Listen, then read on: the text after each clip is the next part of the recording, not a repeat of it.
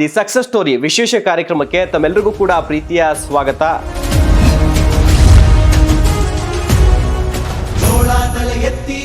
ಚಾಲಕರನ್ನ ಮಾಲೀಕರನ್ನ ಯಾವತ್ತೂ ಕೈ ಬಿಟ್ಟಿಲ್ಲ ಸರ್. ಯಾಕೆ ಪ್ರೀತಿಸ್ತಾರೆ, ಯಾಕೆ ಅವ್ನ ಗಾಡಿ ಮೇಲೆ ಫೋಟೋ ಹಾಕಂತಾನೆ ಅಂದ್ರೆ ಅವ್ನಿಗೆ ಗೊತ್ತು ಸರ್ ನಮ್ಮ ಅಧ್ಯಕ್ಷ ಯಾವಾಗಿರೋ ನಿಲ್ತಾರೆ.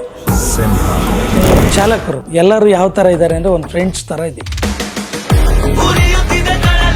ನಾವೇನು ಗಳಿಸಿದೀವಿ ಅಂತಂದ್ರೆ ಚಾಲಕರ ಪ್ರೀತಿಯನ್ನಂತೂ ಗಳಿಸಿದೀವಿ. ನಮ್ಮ ಚಾಲಕರು ಬೇರೆ ಸ್ಟೇಟ್ಗೆ ಹೋದಾಗ ಅವ್ರ ಮೇಲೆ ಹಲ್ಲೆಗಳಾಗುವಂಥದ್ದು, ಅವ್ರನ್ನ ತುಚ್ಛವಾಗಿ ನೋಡುವಂಥದ್ದು. ಕರ್ನಾಟಕ ಚಾಲಕರ ಒಕ್ಕೂಟದ ಗಾಡಿಗಳನ್ನ ಮುಟ್ಟೋ ತಾಕತ್ ಯಾವನಿಗೂ ಇಲ್ಲ ಸರ್. ಅವ್ರು ಮುಟ್ಟಿದ್ದೆ ಆದ್ರೆ ಇಲ್ಲಿ ನಾವು ಬುದ್ಧಿ ಕಲಿಸಿದೀವಿ ಸರ್. ಬಾವುಟ ಏನಾರು ಕಟ್ಕೊಂಡು ಹೋಗಿದ್ರೆ ಅವ್ರ ಮೇಲೆ ಜಗಳ ಮಾಡುವಂಥದ್ದು. ನಮ್ಮ ಗಾಡಿಗಳನ್ನ ಅಲ್ಲಿ ಟಚ್ ಮಾಡಿದ್ರು ಅಂದ್ರೆ ನಾವಿಲ್ಲಿ ಟಾರ್ಗೆಟ್ ಮಾಡಿ ಬಿಟ್ಟೇ ಇಲ್ಲ ಸರ್.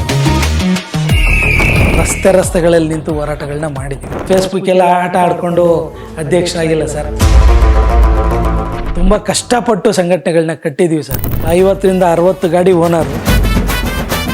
ನಾವು ಕೈಯಿಂದ ದುಡ್ಡು ಹಾಕಿ ಇದು ನಡೆಸ್ತಾ ಇರುವಂಥದ್ದು ಹೇಗೆ ಸರ್? ಕಷ್ಟ ಆಗಲ್ವಾ ಸರ್? ಇವತ್ತು ದೇವ್ರು ನನಗೇನು ಕಮ್ಮಿ ಮಾಡಿಲ್ಲ ಸರ್. ದುಡ್ದಿದ್ದೀವಿ ನಾವೆಲ್ಲ. ಅವತ್ತು ದುಡ್ಡು ಮಾಡ್ತೀವಿ.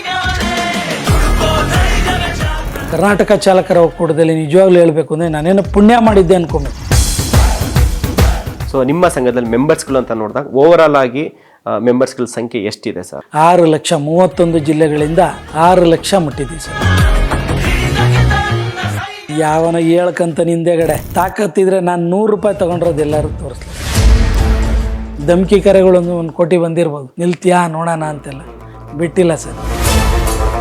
ಕೋವಿಡ್ ಸಂದರ್ಭದಲ್ಲಿ ತಮ್ಮ ಸಂಘಟನೆ ನಿಮ್ಮ ಚಾಲಕರ ಪರವಾಗಿ ಹೇಗೆ ನಿಲ್ತು?